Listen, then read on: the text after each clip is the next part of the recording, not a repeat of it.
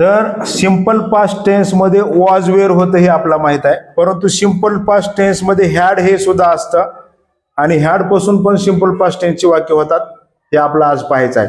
उदाहरणार्थ I had, we had, you had, he had, she had, it had.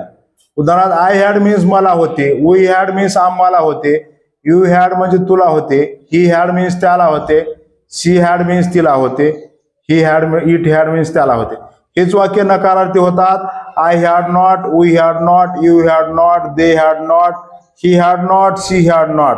उदाहरणार्थ I had म्हणजे I had not means मला नव्हते, we had not आम्हाला नव्हते, यू हॅड नॉट त्याला नव्हते, दे हॅड नॉट त्यांना नव्हते, ही हॅड नॉट त्याला नव्हते, शी हॅड नॉट तिला नव्हते, मोनिका हॅड नॉट मोनिका नव्हते, इट हॅड नॉट. वाक्यामध्ये हॅड आल्यानंतर सुद्धा भूतकाळ होतो, हे आपण लक्षात ठेवायचं आहे.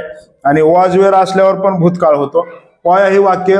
आय हॅड मला होते, वी हॅड आम्हाला होते, यू हॅड तुला होते, ही हॅड त्याला होते, शी हॅड तिला होते, इट हॅड त्याला होते.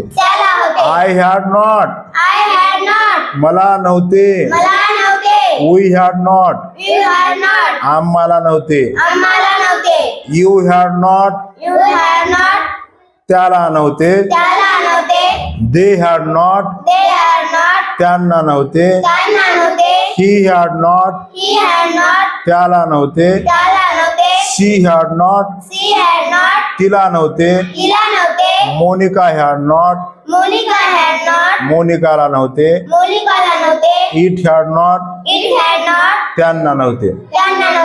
हा ठीक आहे.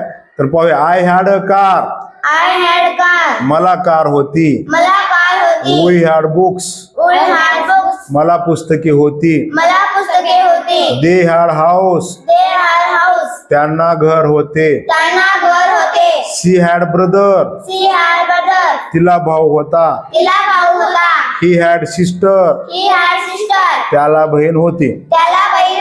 हेच वाक्य नकारार्थी. ह्याच्यामध्ये हॅडच्या समोर नॉट घेऊन नकारार्थी होतात.